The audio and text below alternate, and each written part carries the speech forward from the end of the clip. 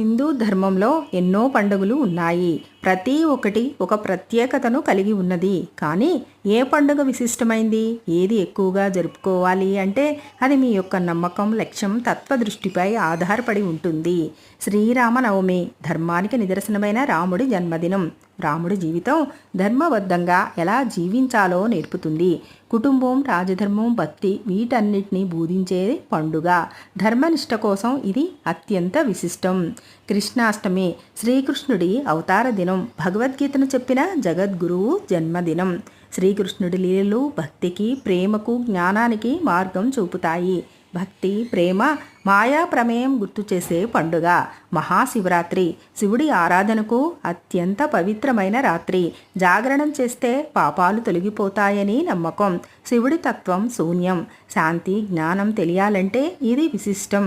ధ్యానం, ఆత్మజ్ఞానం కోసం అత్యంత గొప్ప పండుగ. వినాయక చవితి ఆది పూజ్యుడు గణపతికి పండుగ. కొత్త పనుల ప్రారంభానికి మంగళదాయకుడు గణపతి. కుటుంబ సమ్మేళనానికి, సాంస్కృతిక ఉత్సాహానికి ఇది ప్రసిద్ధి. ప్రారంభాలు విజయవంతంగా ఉండాలని కోరేవారికి శ్రేష్టం. దీపావళి అందం, వెలుగు, ధన సంపత్తి యొక్క పండుగ. నరకాసురుడు సంహారమైన రోజు. శ్రీలక్ష్మి పూజ, ఆధ్యాత్మిక ప్రకాశం, కలుషితపు నిర్మూలన కోసం దీపావళి. నవరాత్రులు, దసరా శక్తి ఆరాధనకు శ్రేష్టమైన కాలం. దుర్గామాతను 9 రాత్రులు పూజించడం ఆ శక్తి వినాశనార్థం. శ్రీశక్తి విజయం, ధైర్యం కోసం అద్భుతమైన పండుగ. ఉగాది తెలుగు సంవత్సరం ప్రారంభం. పంచాంగ శ్రవణం, కొత్త ఆశయాలు, లక్ష్యాలకు అంకురార్పణ. ప్రతి వ్యక్తికి జీవితంలో ఒక కొత్త శుభారంభం. మరి ఏ పండుగను ఎక్కువగా జరుపుకోవాలి అంటే అది మీ మానసిక స్థితి, ఆధ్యాత్మిక లక్ష్యం ఏదైతే ఉందో దానికి అనుగుణంగా పండుగ జరుపుకోవాలి. మీ లక్ష్యం అత్యంత శ్రేష్టమైన పండుగ.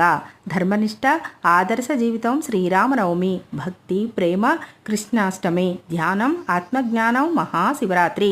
విజయం, తేజస్సు దసరా, నవరాత్రులు. ప్రారంభాలకు శుభం వినాయక చవితి. వెలుగు, శుభత దీపావళి. సంవత్సరం ఆరంభం సంకల్పం ఉగాది.